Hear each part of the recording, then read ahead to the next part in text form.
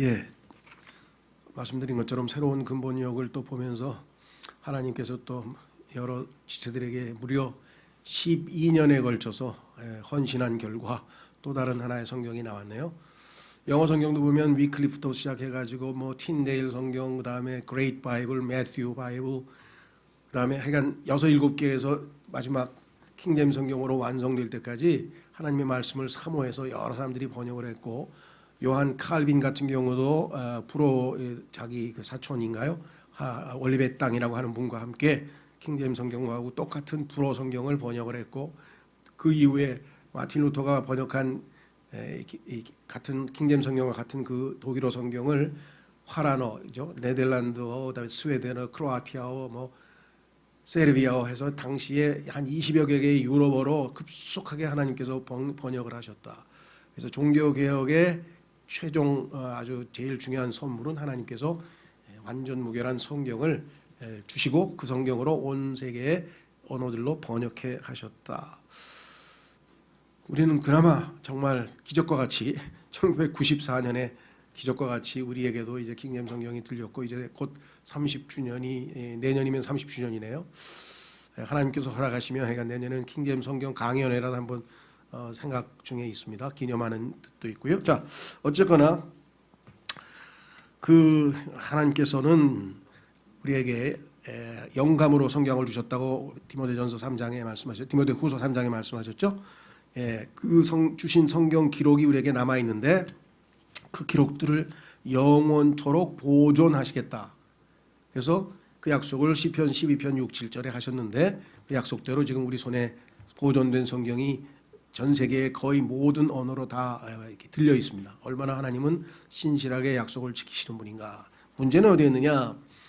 그러한 하나님의 놀라우신 역사를 방해하고 하나님의 말씀을 부패시키는 자가 있다고 오늘 성경에 분명히 말씀하셨죠. 오늘 본문에 보니까 사도 바울이 이 살아있던 이 당시만 해도 하나님의 순수한 말씀을 부패시키는 자들이 있는데 나는 그런 자들하고는 다르다라고 신앙 고백을 하고 있는 것을 봤을 때 얼마나 이 하나님의 말씀을 어떻게든 부패시키려고 할까. 창세기 3장에서부터 시작됐죠. 부패는 마귀가 하나님의 말씀을 부패시켰죠. 뱀이 하나님의 말씀을 부패시켜서 이브를 속여가지고 무너뜨렸습니다. 그러니까 하나님의 말씀을 부패시키는 그 뒤에는 마귀가 있는데, 왜냐하면 이 부패라고 하는 단어, corrupt, 이 부패라고 하는 단어는 최초로 부패를 시작한, 이 땅에서 부패를 시작한 장본인이 바로 에스겔서 28장에 나오는 마귀입니다. 그 자가 하나님이 주신 지혜를 부패시켜서 부패된 지혜를 가지고 이 땅에서 많은 문제를 일으켰다라고 성경에 말씀을 했는데, 그 중에서도 하나님의 말씀을 다른 모든 부패의 원조이지만 그 중에서도 하나님의 말씀을 부패시킨 것이 창세기 3장이고, 거기서부터 그 부패된 성경을 잘못된 하나님의 말씀을 믿어버린 이브로부터 시작해서 죄가 시작된 것을 우리는 이미 잘 알고 있습니다. 그래서 부패시키는 가운데 80만, 영어 성경으로 치면 약 80만 단어 중에 6만 단어가 원래 성경하고 다른 부분이 있습니다. 그래서 자세하게 디테일한 것 빼고도 교리적으로 아주 중요하고 그러한 부분도 상당히 많이 변경됐는데, 신약 성경에서는 아예 열세 구절의 없음이라고 아예 말씀을 없애버렸죠. 구약에 보면은 예후디라고 하는 자가 하나님의 말씀을 칼로 도려내 가지고서는 불태워버리는 아주 무지몽매한 사건이 벌어지는 경우도 성경에 나오는데, 어쨌거나 이런 일들이 벌어졌는데, 오늘은 그 중에서 마귀의 그 교활함, 창세기 3장에 보면은 마귀가 교활하다 그랬죠. 설투, 아주 교활한데, 이 자가 다른 성경들 여러 가지 볼 때 우리가 별 크게 문제가 안 될 듯한 비슷한 이 정도로 이렇게 손댄 데도 있지만 아주 치명적으로 중요한 게 오늘의 그겁니다. 구원받는 장면이 신약 성경에 5번이 나와요. 죄인이 예수님을 믿고 구원받는 장면이 5번이 나오는데 그 5군데를 다 뜯어 고쳤습니다. 그러니까 그 누군가가 죄인이 구원받아서 하나님의 자녀가 되는 것을 매우 싫어하거나 매우 질투하는 자가 이 땅에 있다는 거예요. 우리는 그간의 성경 공부를 통해서 이 자가 누구인지 그 정체를 잘 알고 있죠. 그렇죠? 부패의 원조를 잘 알고 있습니다. 그래서 왜 이 성경 구절을 특히 구원과 관련된 장면들을 부패시켰는지 한번 우리가 확인을 하고, 도움이 될 만한 사람들에게 알려주셨으면 좋을 것 같아요. 자, 그래서 첫 번째 요한복음 9장 35절로 가보겠습니다. 요한복음 9장 35절. 요한복음 9장은 소위 말하면 선천성 장애를 앓고 있는 사람들에게는 꼭 필요한 구절이다. 선천성 장애를 앓고 있는 사람들에게는 얼마나 소망에 가득한 말씀이 들어있는지 몰라요. 그것은 뭐냐? 성경에 보니까 자, 앞부분 1절서부터 좀 보겠습니다. 예수님께서 지나가실 때 태어날 때부터 눈먼 사람을 보시매 그분의 제자들이 그분께 여쭈어 이르되 선생님이여 누가 죄를 지었기에 그가 눈먼 자로 태어났나이까 이 사람이니까 그의 부모니까 하니. 이 세상 사람들은 누군가 이런 불행을 당하면 꼭 누구 죄를 따집니다. 그렇죠? 부모도 자신들 그래요. 아이고 내가 죄인이야. 나 때문에 이런 일이 벌어졌구나 하고 얘기를 하지만 그건 잘못된 생각이고요. 이렇게 얘기했습니다. 제자들의 잘못된 판단에 3절에 예수님께서 대답하시되 이 사람이나 그의 부모나 죄를 짓지 아니하였으며 분명히 말씀했습니다. 장애자 부모님들 죄 진 게 아니라 그랬어요. 그럼 뭐예요? 다만 이것은 그에게서 하나님의 일들을 나타내고자 함이니라. 그 장애자를 통해서 선천성 장애자를 통해서 하나님께서 무슨 일을 하고자 하는 뜻이 있다라고 하는 그 말씀보다도 장애자 부모를 더 위로할 수 있는 말씀이 있을까요? 이게 하나님의 뜻이었구나. 그렇다면 내가 이 하나님의 뜻을 어떻게 받들어야 될 것인가? 그렇죠? 삶의 자세가 바뀌게 될 것입니다. 여러분 잘 아시는 것처럼 출애굽기 4장 11절에도 비슷한 말씀이 나와요. 모세가 하나님의 부르심을 받고 자기는 그런 일 못합니다. 내가 어떻게 감히 그런 엄청난 일을 합니까? 하면서 하나님의 부르심을 거역하고 자꾸만 뒤로 물러서려고 할 때 하나님께서 말씀하시죠. 모세가 나는 말이 느리고 혀가 둔하고 아이고 내가 지금 이게 떠듬떠듬 되는 놈인데 파라오 앞에 가서 무슨 말을 아유 난 못합니다. 그때 하나님이 하신 말씀이 뭐냐? 놀랍게도 사람의 입을 누가 만들었냐? 벙어리는 누가 만들었고 귀먹은 자는 누가 만들었고 보는 자 그다음에 눈먼 자 누가 만들었냐? 나 주가 아니냐? 하나님께서 자기가 다 그걸 만드셨다고 했어요. 오늘 요한복음에도 나오죠. 네. 하나님 뜻이 있는 겁니다. 놀랍죠? 네. 이 두 말씀을 믿음으로 받아들이면 장애자 부모들은 더 이상 불행하거나 슬퍼할 이유가 없어요. 네. 자, 하나님께서 뜻을 이루시기 위해서죠. 자, 어쨌거나 뭐 그 얘기하려고 하는 건 아니고 그런데 이 사람이 예수님께서 치유하셨죠. 그렇죠? 눈에 다치는 걸 발라서 치유하신 장면. 여기서 그 얘기를 하려는 건 아닙니다. 그런데 이 사람이 예수님께 치유받고 그냥 아주 신나가지고 간증을 했더니 당시에 있던 종교 지도자들이 시기가 나가지고 시비를 걸면서 어떻게 안식일에 그런 일을 하냐, 안식일에 그런 일을 하는 자는 그건 하나님이 하시는 일이 아니다 하고 막 계속 몰아붙여가지고 나중에 이 사람이 아니 이제껏 내가 보니까 소경을 눈뜨게 했다는 것을 못 봤는데 그게 하나님의 역사인지도 모를 수가 있습니까? 하고 또 한마디 하니까 막 더 약에 올라가지고 그냥 아예 소위 말하면 축출 교회에서 쫓아냈어요. 예. 넌 그러니까 유대인 예배당에서 넌 이제 예배도 들어오지도 마라 하고 교회에서 아예 축출시켜서 쫓아낸 이야기가 나옵니다. 그게 35절이에요. 보세요. 35절. 예수님께서 그들이 그를 내쫓았다는 것을 들으시고 그를 만나서 그에게 이르시되 내가 하나님의 아들을 믿느냐 하시니 36절. 그가 대답하여 이르되 주여 그분이 누구시오니까? 하나님의 아들이 누굽니까? 내가 그분을 믿고자 하나이다 하매 예수님께서 그에게 이르시되 내가 그를 보았거니와 너와 말하고 있는 이가 그니라 하시니 너하고 말하고 있는 그 나야. 내가 하나님의 아들이야. 그랬더니 그가 이르되 즉시로 뭐예요? 뭐라고 얘기했습니까? 주여 하나님의 아들이심을 믿죠. 주여 내가 믿나이다 하고 그분께 경배하더라. 그분의 신성, 그분이 하나님 되심을 인정했어요. 경배는 하나님만 받으시는 거죠. 이 엄청난 인생 역전, 이 엄청난 사건, 정말 인생의 가장 중요한 사건이 여기서 벌어졌는데 이걸 어떻게 고쳤는가? 35절에 하나님의 아들을 사람의 아들로 살짝 고쳤습니다. 많은 분들은 뭐 예수님은 하나님의 아들도 되고 사람의 아들도 되는데 뭐 큰 차이가 있나요? 큰 차이가 있죠. 하나님의 아들이신 예수님은 신성을 지니신 분으로 그다음에 사람의 아들이신 예수님은 인성을 지니신 예수님. 그러니까 예수님은 인간의 이름이고요. 그렇죠?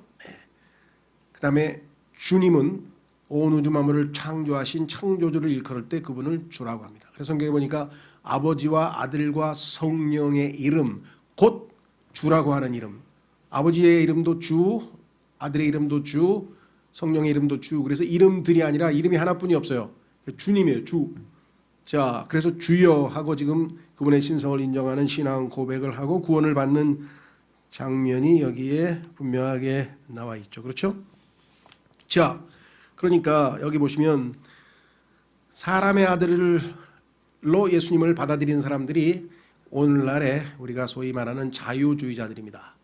예수 그리스도가 온 우주 만물을 창조하신 창조주 하나님, 신성을 지니신 분으로는 믿지 않지만 인간으로서의 예수 그리스도는 정말 우리가 존경받을 만한 훌륭한 사상가요, 철학가요, 도덕 선생이요, 정말 지혜자요, 성자요, 뭐 온갖 미사여구를 다 갖다 붙입니다. 그런데 그분이 뭐예요?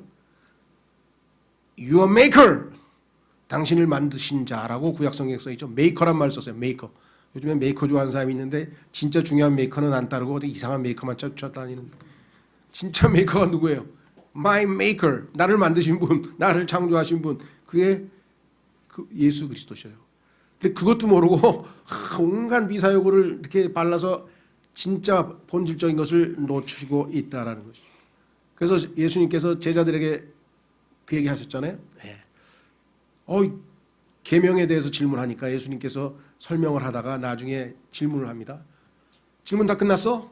예수님이 다 답변했어요. 그랬더니 너무 놀라운 답변에 입을 다물고 하고 이렇게 아주 찬사를 이렇게 보내면서 있는데 예수님께서 그럼 내가 질문 한번 할게. 그리스도가 누구의 자손이냐? 그러니까 다윗의 자손입니다 하고 또 구약 성경에서 뭘 배워가지고 예수님의 인성에 대해서는 알아요. 다윗의 자손. 그런데 예수님은 신성에 대해서 묻고 있는 거예요. 뭐 그런데 왜 다윗의 자손인 자에게 너희의 조상인 다윗이 나의 주여 하고 그 사람을 주라고 불렀을까? 예? 그 유대인들이 멍해가지고 아무 답도 못하고 그냥 얼떨떨하고 있어요. 예수 그리스도가 자신들의 창조주인 여호와 하나님이라는 사실을 알지 못한 채로 멍하니 있는 모습을 좀 보십시오. 오늘날에도 대한민국에 860만, 지금 뭐 800만 좀 되는 모양인데 자꾸 줄어든다 그러니까 800만 정도로 개신교, 소위 말하면 기독교를 교회를 다니는 사람들 중에서 예수 그리스도가 인성을 지니신 훌륭한 분으로 알고 있는 사람들이 얼마나 많은가? 미니멈으로 50%입니다. 우리나라의 자유주의 교회가 기독교 장로교, 기독교 감리회, 그다음에 장로교 저쪽에 뭡니까? 그 합동 측 아니 말고 통합 측, 통합 측도 자유주의로 많이 넘어갔죠. WCC로. 하여간 상당히 많은 사람들이 예수 그리스도 옛날에 뭐 우리나라의 유명한 목사 중에서도 그런 사람 많죠. 뭐 문익한 목사가 그렇고 하여간 그저 자 서양에서 뭐 우리나라 사람들 얘기하면 또 이제 비난한다 그러니까 마하트마 간디라든가 페스탈로치라든가 슈바이처라든가 뭐 이런 사람 다 예수님 존경해요. 왜? 훌륭한 인간이시고 훌륭한 사상가시고 훌륭한 철학가시고 훌륭한 분이야. 근데 그분이 온 우주 만물의 창조주시란 사실은 안 믿어요. 그러니까 누군가가 예수님이 하나님의 아들이라고 하는 것을 믿는 사람이 성경을 뜯어 고쳤겠습니까? 예수 그리스도의 신성을 받아들이지 않을 뿐만 아니라 어떻게든 이걸 알려지면 안 된다고 생각하는 사람이 고쳤겠죠. 그렇죠. 오늘날도 간단합니다. 그냥 예수님 믿고 성경 들고 다니면서 예수 믿는다고 교회 다닌다고 다 똑같은 거 아니에요. 그분이 당신의 창조주이십니까? 온 우주 만물을 빛이 있으라 하고 창조하신 그분이십니까? 아이 그건 아니지. 예수님이야 원수를 사랑하라. 이 가르침이 뛰어나신 분이고 실천하신 훌륭하신 도덕 선생이시지. 그래서 예수 그리스도를 안 받아들였던 유명한 C.S. 루이스라고 하는 영국의 유명한 사람이 유명한 대학 교수요 하여간 하여간 사상가가 어느 날 그분이 참 창조주 하나님이라는 사실을 앞에 두고 고민을 한 거예요. 일반적으로 사람들이 얘기하는 훌륭한 인간이신가 예수님이 자기도 그렇게 알았는데 그런데 훌륭한 인간이 어떻게 훌륭한 인간은 겸손해야 되잖아요. 그런데 어떻게 내가 곧 길이요 진리요 생명이 나를 맘지 아니하고는 아버지께로 올 자가 없느니라. 나와 아버지는 하나이니라. 너희가 하나님의 아들을 믿느냐? 너에게 말하고 있는 그가 바로 나니라. 이런 말을 하면 이게 겸손한 겁니까? 그래서 이분이 예수님은 절대로 인간인 예수님은 절대로 겸손하지 않다. 인간이 아니고 참 하나님이라면 그분이 겸손할 수 있다. 겸손하다고 인정한다. 그래서 이분은 그분이 하나님이라는 사실을 무신론자로 오래 있다가 그것도 그냥 영국의 소위 말하면 성공의 신자로 30년 넘게 있다가 드디어 예수 그리스도가 참 하나님이라는 사실을 받아들여서 구원을 받고 그 사실을 많은 책자를 통해서 약간 아주 변증론의 대가로서 지금까지 알려져 있죠. 그러니까 뭐 그 얘기를 길게 하려고 하는 건 아닌데 왜 이 한 구절이 간단한 것 같지만 비슷한 것 같지만 얼마나 소중한 것인가. 사람의 아들이신 예수님이 아름답고 훌륭하고 이게 아니라 그분이 하나님의 아들이시고 그 하나님의 아들이 인간으로 이 땅에 오셨기 때문에 하나님의 아들을 믿을 때에 구원을 받는 겁니다. 사람의 아들을 추종하고 따르고 존경하고 믿는다고 해서 구원받는 거 아닙니다.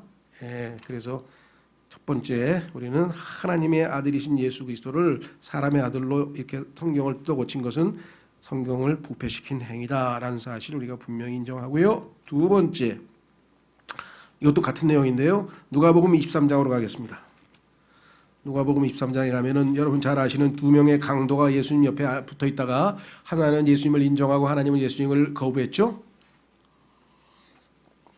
그래서 그 유명한 예수님을 인정한 강도가 예수님과 대화를 나눕니다. 39절부터 보시면 누가복음 23장 39절에 보시면 매달린 범죄자 중에 하나는 그분을 욕하며 이르되 네가 만일 그리스도이거든 내 자신과 우리를 구원하라 하되 다른 하나는 되받아서 그를 꾸짖으며 이르되 내가 동일한 정죄를 받고서도 하나님을 두려워하지 아니하느냐. 우리는 우리가 행한 일에 합당한 보응을 받으니 참으로 공정하게 정죄를 받거니와 이 사람은 아무 잘못도 행하지 아니하였느니라 하고 그다음에 중요합니다. 42절 예수님께 이르되 자 십자가에 지금 예수님이 달려 있습니다. 그렇죠? 십자가에 달려 있어요. 그 옆에 이 사람들도 달려 있어요. 그래서 옆에 있는 예수님께 왜 이분이 이름이 한국 이름이 예수님이야. 내가 김영균이듯이 이 사람은 예수님 이름이 예수님이야. 그래서 예수님께 이르되 예수님 이렇게 안 하고 어떻게 했어요? 주여. 예수님 하나님의 아들이심을 믿습니다 했던 아까 소경이 뭐라 그랬어요? 예수님 보고 주여. 성경에서는 뭐라 그랬습니까? 그 누구도 성령으로 말미암지 아니하고는 예수님을 주여라고 부를 수 없다 그랬죠. 그분이 하나님이신 걸 어떻게 알아요? 성령님이 역사하지 않고는. 이해가 되세요? 예. 그분을 주여 하고 불렀어요. 그래서 자 예수님께 이르되 주여. 누구든지 뭐예요? 주라는 이름을 부르는 자는 구원을 받으리라. 이 사람이 바로 구원받은 거예요. 예수님이 주님이라는 걸 인정해버린 거잖아요. 주라는 이름을 부르면 구원받는다고 성경에 써있죠. 로마서 10장 13절에 이방인들의 선교를 다루는 로마서 10장에 써있어요. 주께서 주의 왕국으로 들어오실 때 나를 기억하옵소서. 내가 하늘나라의 주님과 함께 있었으면 좋겠습니다. 하매 예수님께서 그에게 이르시되 진실로 내가 네게 이르노니 오늘 내가 나와 함께 낙원에 있으리라.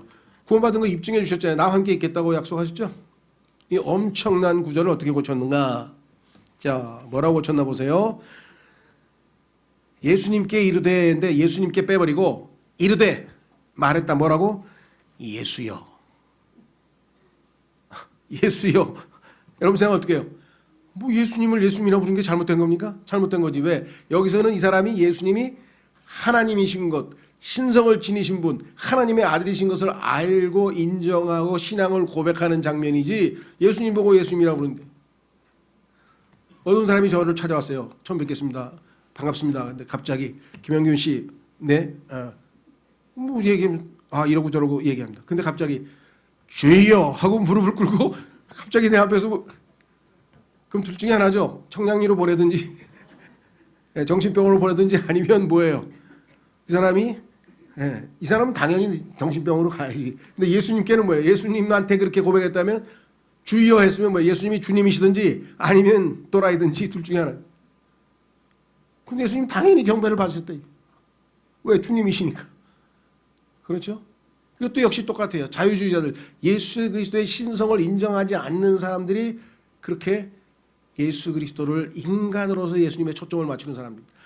반대도 있어요. 나중에 가면 예수님은 하나님이시지 절대로 인간은 아니다. 이런 사람이 또 다른 이단이 있어요. 요 도세티스트라고 하는 요런 이단은 요한 1서에 보면 나와요. 그런 이단 또 조심하라. 요것도 이단이에요.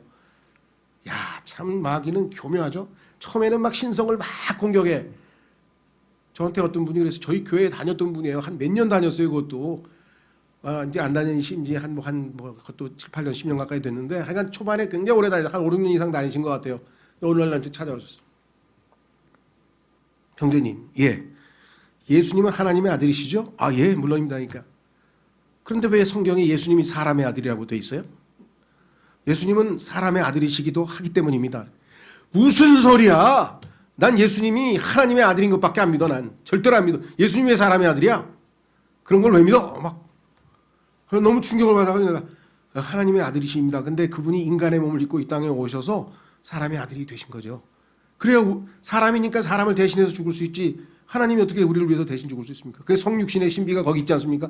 아니 이렇게 오랫동안 교회 다녔는데 그걸 나는 안 믿어. 여러분 주변에 그런 사람이 있는지는 모르겠는데 저는 그때 그걸 경험하고 와, 이것도 황당하네. 그래서 예수님이 성경에서 육신의 몸으로 오신 사실을 믿지 않는 자가 이단이라고 요한일서에 경고를 해놓으신 이유가 그거였구나. 그러니까 초대교회 보면은 균형이 안 잡힌 사람들이 너무 많아요. 오늘날은 예수님이 인간일 뿐 신이 아니다, 하나님이 아니다고 믿는 이단이 90%고 반대 이단은 좀 적은데 이 당시엔 또 그런 이단도 있었어요. 자, 그래서 중요한 거는 이 문제는 정말 심각한 문제죠. 그렇죠? 예, 그래서 우리는 아까도 말씀드린 것처럼 예수 그리스도의 신성은 집요하게 공격 대상이 되었다라는 사실을 잊지 말으셨으면 좋겠습니다. 자, 그다음에 이제 세 번째로 갑니다. 세 번째도 구원받는 장면이 나오는데 이것도 마귀가 가만 놔둘 리가 없어요. 야, 이것도 좀 고쳐야 되겠다 생각했던 것 같아요. 사도행전 8장 37절. 사도행전 8장 37절은 이건 또 엄청난 교회사적으로 성경 교리적으로 어마어마한 무게감이 있는 구절인데요. 왜냐? 보세요. 이게 얼마나 중요한 구절인가? 사도행전 8장 37절. 여러분 잘 아시는 것처럼 예수님 살던 당시에는요. 예루살렘 소위 말해 이스라엘 주변 국가들 중에 국가에 있는 사람들 즉 지중해 아프리카 북부를 포함해서 지중해 주변에 살고 있던 많은 사람들 중에는 기독교로 개종한 사람들이 유대인이 아닌데도 유대교 종교로 개종한 사람들이 굉장히 많았어요. 왜? 모세의 율법을 보고 구약 성경을 보면 와 이렇게 그 어떤 다른 종교의 경전하고도 비교가 안 될 만큼 우월하잖아요. 그러니까 모세 이런 사람들 존경하고 뭐 이래가지고 유대인이 아닌데 유대교로 개종한 사람들이 많이 있었는데 그 중에 한 사람이 이디오피아 출신의 넷이 상당히 높죠. 우리로 치면 넷이면 상당히 높잖아요. 또 그게 뭐 제일 높은 넷이가 뭐 상선이라 그러나 뭐 상선 굉장히 계급이 높잖아요. 그 사람이 이제 유대교 신자니까 명절을 지키러 예수님 6월절 명절을 지키러 왔다가 6월절 끝나고 이제 돌아가는 중에 하나님께서 특별한 임무를 맡기셨죠. 그 전도자가 빌립입니다. 빌립이라고 하는 전도자를 하나님이 보내셔서 옆에 마차를 타고 이제 귀향하죠. 고국으로 돌아가는 중에 옆에 붙어서 무슨 책을 읽고 계십니까? 하면서 보니까 이사야서를 읽고 있어요. 그래서 그 읽고 계신 내용을 아십니까? 그랬더니 아이고 가이드도 없는데 제가 어떻게 알겠습니까? 가이드 이게 지금 성경 교사 하나님의 말씀의 사역자의 역할이에요. 가이드 해주는 거야. 가이드. 깨닫게는 누가 해줘요? 내주하시는 성령님께서 해주시는 거예요. 우리의 설득에 의해서 여러분들이 성경을 이해하는 게 아니에요. 아무리 설득해도 내주하시는 성령이 안 계신 사람은 못 알아들어요. 그러나 가이드가 필요해. 왜? 성경에 어떤 구절이 어떤 구절인지 가르쳐야 될 거 아니야. 그래서 비교해보라고 성경을 펴줬더니 맞습니다 하면서 그럼 엊그저께 죽으신 그분이 이 어린 양이시네. 그럼 내가 하면서 예수님을 믿게 된 장면이 나오잖아요. 그래서 엄청나게 이사야서 53장이 복음의 핵심이라고 하는 것, 예수 그리스도가 하나님의 어린 양이라는 걸 보여주시는 정말 복음의 핵심 중에 핵심 내용을 담고 있는 것을 우리는 알죠. 그래서 지금 그 말씀을 선포하고 구원을 받습니다. 자, 보세요. 뭐라고 돼 있나? 사도행전 8장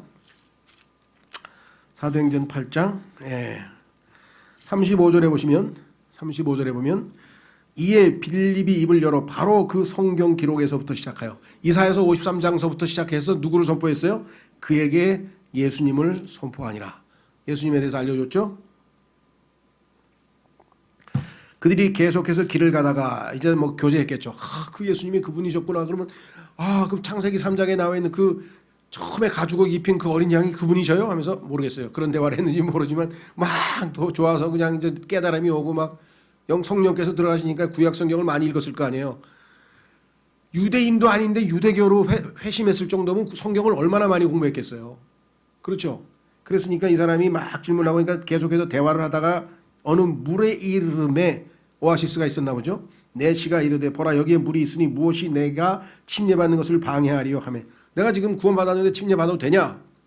그랬더니 빌립이 이르되 한 가지 조건이 있어. 그건 뭐냐? 만일 그대가 마음을 다하여 믿으면 받을 수 있느니라. 그러니까 마음을 다하여 예수님 믿었습니까 아까? 하니 그가 응답하여 이르되 예수 그리스도께서 하나님의 아들이심을 내가 믿노라 하니라.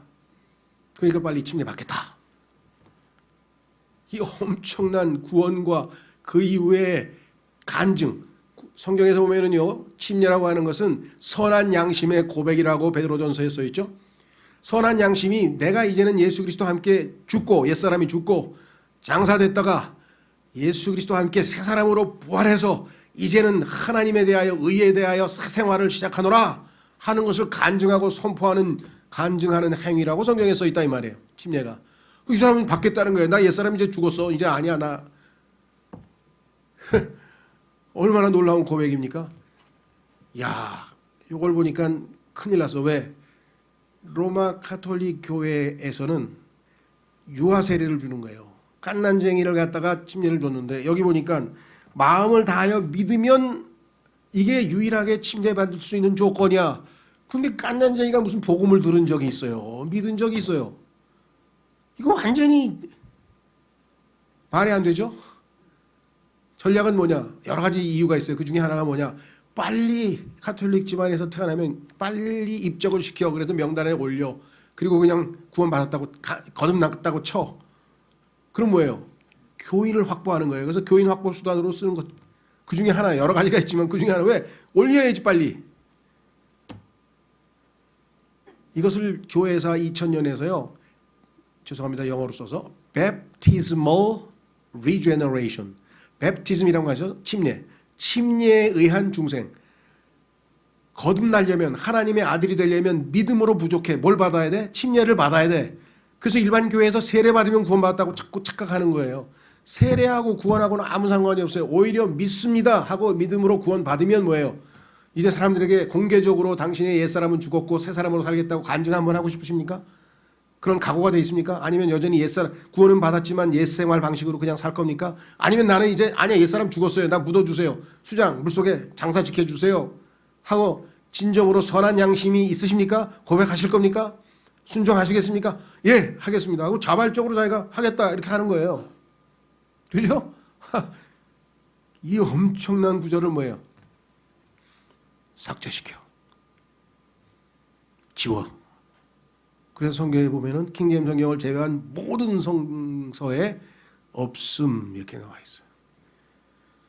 성경에 보니까 마귀가 뭐예요? 교활하죠. 두 번째 뭐예요? 무모한 자예요. 그자 앞에는 두려움이 없도다. 하나님을 감히 두려워하지 아니하고 이런 구절을 삭제시킬 수 있는 무모함이 마귀에게 있다고 욥기에 써 있어요. 마귀는 교활하고 그다음에 무모합니다. 앞뒤 안 가립니다. 마귀한테 꼼짝마 너희는 마귀한테 대들면 안 된다고 욥기에 하나님이 여러 번 이야기하셨죠. 왜? 하나님의 말씀의 칼만 마귀를 대적할 수 있지 하나님의 말씀의 칼 이외에 그 어떤 것도 마귀를 대적할 수가 없어요. 자, 그래서 우리는 이 어마어마한 위대한 구절이 성서에서 사라져버렸구나. 근데 이것을 회복시켜서 읽을 때마다 얼마나 은혜스럽습니까? 만일 그대가 믿음을 다하여 믿으면 받을 수 있느니라 하니 그가 응답하여 이르되 예수 그리스도께서 하나님의 아들이심을 내가 믿노라 하니라. 만약에 아까 그 개혁성경대로는 어떻게 해요? 예수 그리스도께서 사람의 아들임을 믿노라. 그러면 그건 구원 못 받는 거예요. 아까 요한복음 9장 35절 뜯어 고쳤잖아요. 얼마나 은밀하게 치명적으로 교활하게 이 성경을 부패시켰는가 한번 생각해 보시라 이 말입니다. 네 번째 사도행전 9장 가만 있어봐. 이번에는 보니까 요 이티오피아 내시는 그렇다고 치고 근데 이티오피아 내시가요 얼마나 신실했는지 이 사람이 이디오피아로 돌아가서 이디오피아를 완전히 복음화했어요. 아프리카에서 유일하게 아직도 기독교 국가로 남아있는 나라가 이티오피아예요. 그 나라가 하나님이 보내셔서 6.25 때 얼마나 많은 군인들을 우리한테 보내주신 줄 아십니까? 아프리카 국가에서 이티오피아만 우리나라 그 유엔군 보낸 나라가 이티오피아예요. 그리고 이티오피아의 하일레 셀라스라고 하는 황제가 기독교 신자입니다. 그 사람이 우리나라 방문했었어요. 언제인지 제가 모르겠는데 30-40년 전인가 왔었어요. 그 한 사람으로 인해서 하나님께서 얼마나 엄청난 일을 일으키셨는가 한번 생각해 보십시오. 자, 그래서요. 그 다음에 이제 이 9장에 보니까 요 기독교 역사에 있어서 하나님께서 예수 그리스도가 유대인들 대상으로 이제 사역을 하셨는데 로마서 15장에 보니까 예수 그리스도가 하늘로 올라가시고 이 땅에 이제 후계자 비슷하게 이제 예수님을 대신해서 이제 사도로서 보내심을 받았는데 대사도이신 예수님을 대신해서 보내심을 받은 바울이라고 하는 자가 이제 구원을 받습니다. 그래서 예수님께서 이들을 이제 복음 전도자로 소위 말하면 사도로 세우시는 장면이 나와요. 이 장면도 또 뜯어 고쳤어요. 보세요. 사도행전 9장. 여러분이 지금 들고 있는 성경에 다 들어있죠. 이거 복되신 줄 아세요. 이거 빠져있는 성경 그거 읽는 거하고 이거 읽는 거하고 차원이 다르죠. 자, 사울이 이제 어떻게 하느냐. 예수 믿는 사람 싹 다 잡아가지고 감옥에 쳐놔야 되겠다. 이놈들이 어디 예수가 인간인데 또 나왔죠. 예수가 인간인데 뭐 하나님이라고? 이런 미친놈이 있나. 막 흥분해가지고 다혈질이거든요. 막 흥분해가지고 내가 이번에 시리아에 있는 다마스커스에 가서 거기서 예수 믿는 놈들을 싹 잡아가지고 그래서 체포영장 발부받아가지고 가는 거예요. 지금 말 타고 가는 거예요. 지금 체포영장 받으러 가는데 가는 도중이에요. 보세요. 사도행전 9장 1절. 사울이 주의 제자들을 치려고 여전히 위협과 살기를 내뿜으며 대제사장에게 가서 다마스쿠스의 회당들에 가져갈 편지를 그에게 요청하니 이게 영장이죠. 이것은 그가 이 길에 이 도라 그러죠. 우리는 길도 짜서 도 예수님이 내가 곧 길이라고 했을 때 그 길입니다. 진리의 길. 이 길에 속한 사람을 만나면 남자와 여자를 막론하고 그들을 결박하여 예루살렘으로 잡아오려 합니다. 다 체포해서 체포영장 발부받아서 가는 겁니다. 사울이 길을 가다가 다마스쿠스에 가까이 이르렀을 때 갑자기 하늘로부터 빛이 나와 그를 둘러 비추더니 그런데 이 빛이 태양보다 더 강한 빛이라고 나중에 사도행전 22장에서 사도 바울이 간증할 때 그 얘기가 나와요. 햇빛보다 더 강한 빛이 비춰서 장님이 돼버렸잖아요. 그가 땅에 쓰러져 들음에 한 음성이 있어 그에게 이르되 사울아 사울아 어찌하여 내가 나를 핍박하느냐. 요 내용을 하늘에서 예수님께서 히브리어로 말씀하셨다. 그래서 우리는 하늘의 언어를 히브리어라고 하는 데는 요 근거 때문에 그렇습니다. 예수님께서 하늘에서 히브리어로 사울에게 사울아 사울아 어찌하여 내가 나를 핍박하느냐. 말이 돼요? 예수님이 언제 핍박했어? 사울이. 예수님은 뭐예요? 자기가 몸이요? 본인이 머리 되시고 주님의 몸 된 교회가 이 지상에 남아있잖아요. 예수님 믿는 사람은 주님의 몸이잖아요. 그러니까 예수님이지. 그래서 예수님이 왜 나를 핍박하느냐 그랬대. 동일시 예수님과 우리는 하나 됐죠. 한 영이라 그랬죠. 우리는 하나라 그랬죠. 그가 이르되 자 보세요. 주여 누구시니까 하니 즉시로 성령께서 알려주셨어요. 하늘에서 들려오는 음성을 듣는 순간 이분이 주님이시구나. 주님의 음성이구나. 그래서 그냥 거의 무의식적으로 아주 그냥 본능적으로 자기도 모르게 주여 누구시니까 하니 주께서 이르시되 나는 네가 핍박하는 예수라. 가시채를 걷어차기가 네게 고생이라 하시거늘. 야 어느 주에 창조주하고 네가 지금 싸움하고 앉았냐? 너 고생이 심하구나. 이해가 되세요? 지금 하는 짓이 헛짓을 하고 있는 거잖아요. 어떻게 창조주 하나님께 대적을 해? 주님께 대적을 해? 그러니까 네가 참 고생이 많다.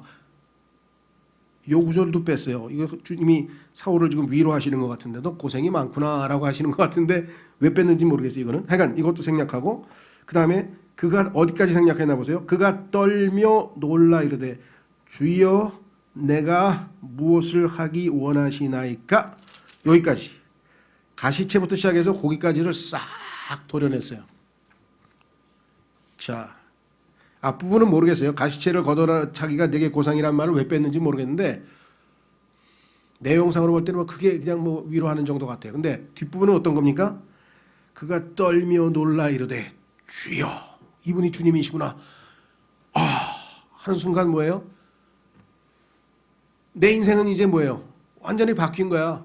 주님을 만났어. 주님을 만났으면 뭐예요? 내가 이제 주군을 섬겨야지. 내가 이제껏 다른 것을 주님을 섬겨야지. 그래서 뭐예요? 주님, 제가 무엇을 하기를 원하십니까? 이 원한다는 동사는 영어에 일반적으로 우리가 쓰는 영어의 W-A-N-T, I want라는 단어가 아니라 will라고 하는 will, W-I-L-L, wilt.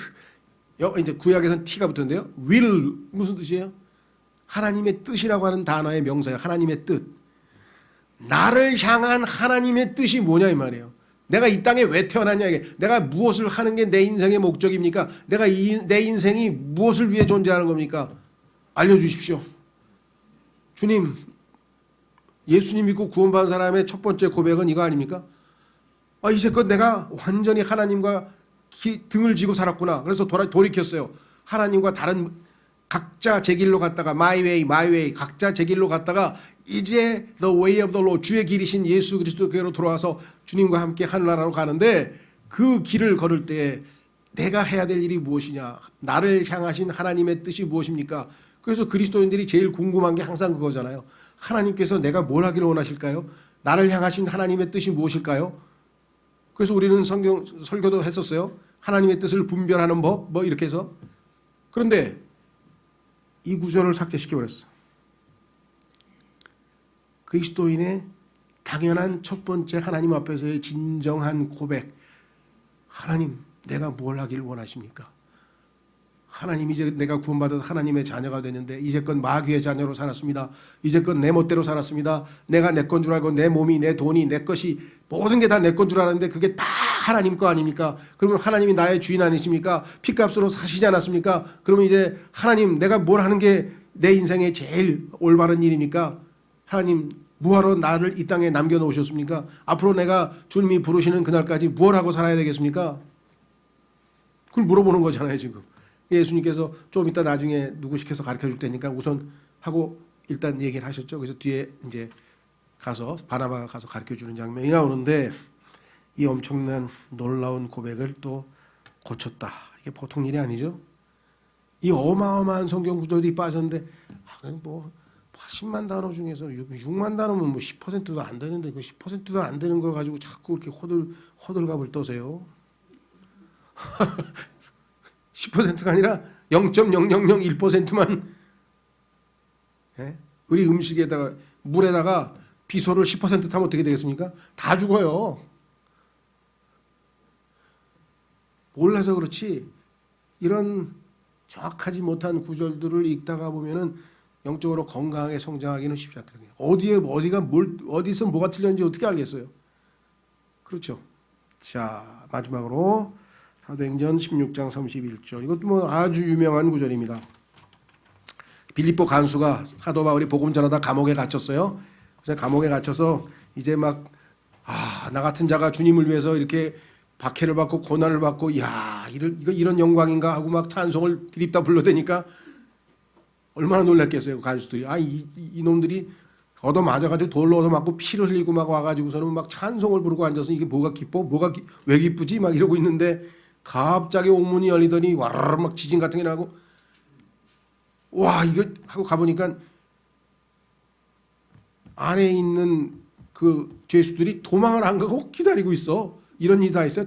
다른 때 같으면 벌써 다 도망을 쳤어야 되는데 그래가지고 그냥 다 도망친 줄 알고 자기가 이제 잡혀서 죽을까 봐 그냥 자결하려고 그랬더니 그러지 말라. 우리는 안 도망갔다. 걱정하지 말라. 그때 뭐예요? 자, 간수의 고백이죠. 그 유명한 고백 보세요. 사도행전 16장 31절 이렇게 고백을 했습니다. 30절서부터 이렇게 돼 있죠. 그들을 데리고 나와 이르되 선생들이여 내가 무엇을 하여야 구원을 받으리이까 하거늘 너무 놀라가지고 그렇게 질문했어요. 그랬더니 예수님 이 바울이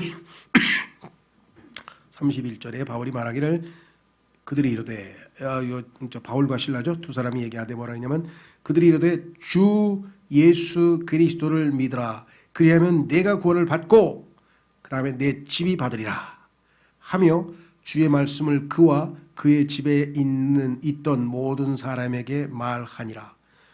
그러고 나서 다 구원받고 침례받고 쫙 간증이 나옵니다. 이제 사건이 나옵니다. 그런데 여기에서 뭐라고 얘기했느냐? 주 예수 그리스도를 믿으라. 그런데 이번에는 그리스도만 뺐어요. 살짝. 주 예수를 믿으라. 주 예수를 믿는 거하고 주 예수 그리스도를 믿는 거하고 다른 건가요? 다른 건 아니죠. 뭐 예수님만 믿었다고 할 수도 있고 주님을 믿었다고 할 수도 있고 뭐 그리스도를 믿었다고 할 수도 있고 그건 표현은 여러 가지로 할 수 있는 건데 하나님께서 여기에서는 정확하게 하나님의 완전한 complete name. 자, 우리 예를 들면 뭐 하여간 제일 유명한 사람이 케네디니까 케네디 대통령 뭐 어제 암살당했다 뭐 어쨌다 저쨌다 훌륭하다 뭐 어쩌고 그렇죠? 예. 그런데 보통 뭐예요? 그냥 케네디는 성이잖아요. 그러면 원래는 존이잖아요. 이름이 존. 그렇죠? 존 케네디. 그런데 중간에 또 이 사람이 카톨릭 신장이기 때문에 성자 이름이 하나 더 들어가 있어. 피츠제럴드. 근데 그걸 약자로 그냥 F라 그래요. 존 F 케네디. 그럼 컴플리트 이름이죠. 그렇죠? 만약에 내가 예를 들면 어디 주민등록을 만들든지 아니면 무슨 서류, 법적인 서류를 만들 때는요.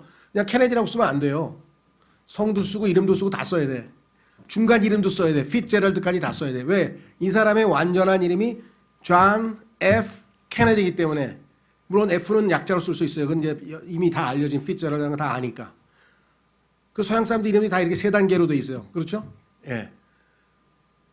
근데 그냥 예를 들면 존 케네디만 썼다든가 뭐 F 케네디만 썼다든가 이렇게 하면은 법적인 구속력이 없어요. 그렇죠?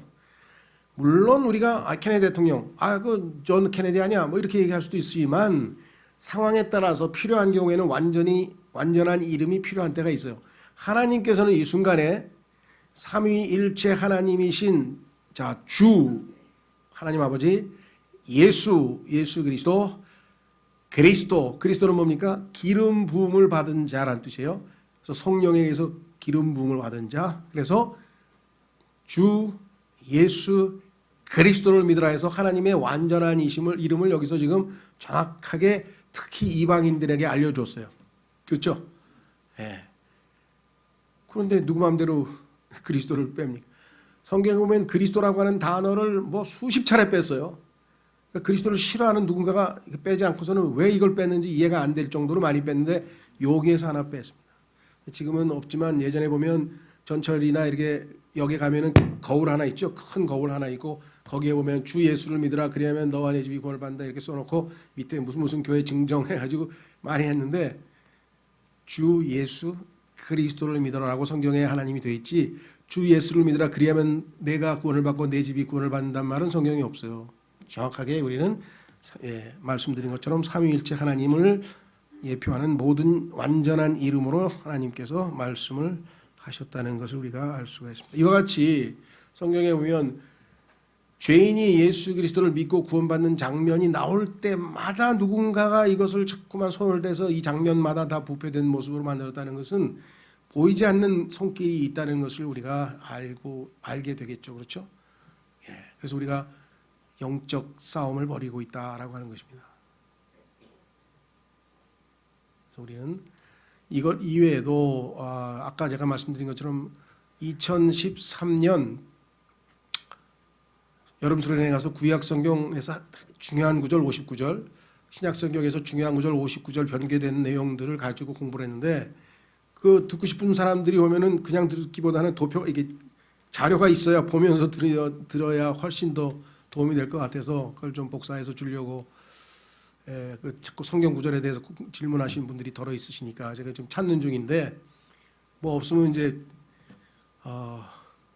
허욱 형제님은 그거를 들으면서 도표를 만드시겠다 그러는데 그렇게까지 하면 시간이 너무 많이 갈 테니까 그러니까 일단 한번 여러분들 중에 주변에서 확인 좀 해주시고요. 그래서 앞으로 우리가 기회가 되면 또 하나님께서 보존하신 성경의 가치 이런 것들에 대해서 좀 공부할 수 있는 기회를 가졌으면 좋겠습니다. 우리에게 완전 무결한 복된 성경을 주시고 그것을 보존하시겠다는 약속을 지키신 신실하신 아버지께 감사드리고요. 이 성경을 많이 알릴 수 있는 우리가 되도록 잠깐 기도하겠습니다.